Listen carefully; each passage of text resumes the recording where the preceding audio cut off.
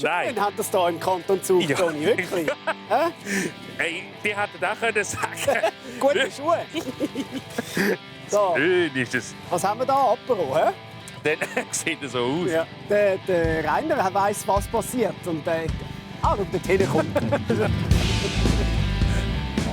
Was ist das für ein Ding? ein Töff.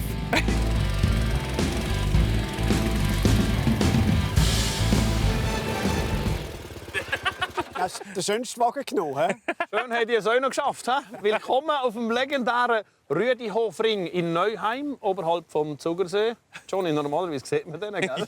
Heute ist das Wetter nicht so perfekt, darum sind ihr dementsprechend angelegt.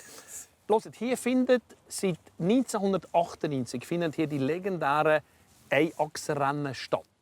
Vor 25 Jahren hat es in Neuheim das erste Einachsenrennen der Schweiz gegeben und das ist eine richtige Tradition geworden.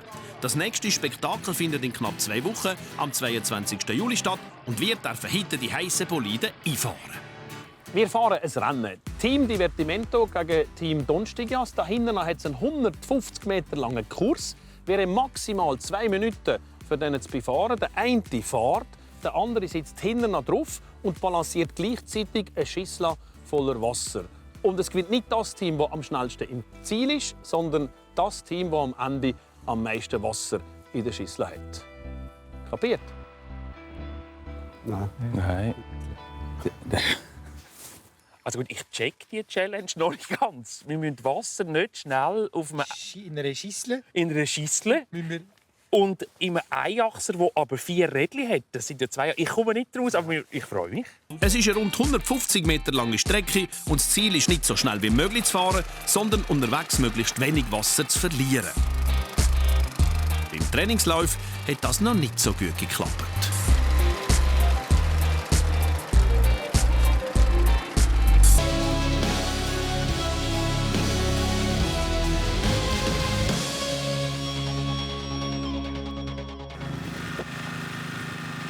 Achtung, es geht direkt los.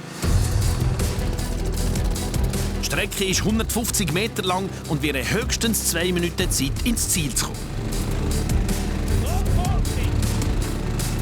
Das ist ein sensationeller Start. Das war geschmeidig. Absolut. Ich habe schon 2 Jahre gefahren, 7'500 Touren, die schalten. Oder? Ja. Das ist gelungen. Ich habe sie nachher abgedrängt. Ich habe die Schüssel habe ich im 46 Grad Winkel nachher stabilisieren. Und auf die Schüssel kommt es darauf ab bei diesem Rennen. Es gewinnt nämlich das Team, das im Ziel noch mehr Wasser drin hat und nicht das, das schneller ist. So viel zu den Regeln dieser Challenge.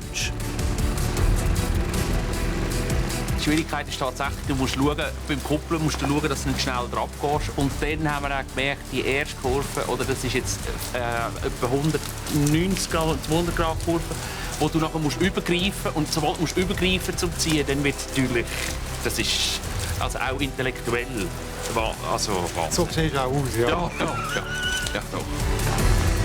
Ja, ich möchte an dieser Stelle schon noch sagen, der Johnny und der Manu kennen die Regeln eigentlich. Trotzdem sind die zwei ab wie ein Zäpfchen und haben nicht ziemlich schnell einmal abgehängt. Wir sind ja nicht lang hinter ihnen gefahren, wir sind gescheit hinter ihnen gefahren. Was soll ich sagen? Ein grosser Gutsch gegen den Schluss. Ja, gegen Schluss ist... Zweite ruppige. wir haben den überbordet, oder? Hoppla, wie ist es das mit der Intelligenz?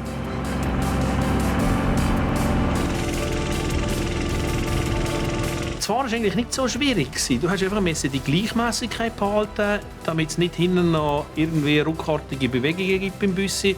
Und da habe ich eben lieber Tempo daraus genommen und die 2 Minuten voll ausgenutzt. Aber abgerechnet wird ja bekanntlich am Schluss.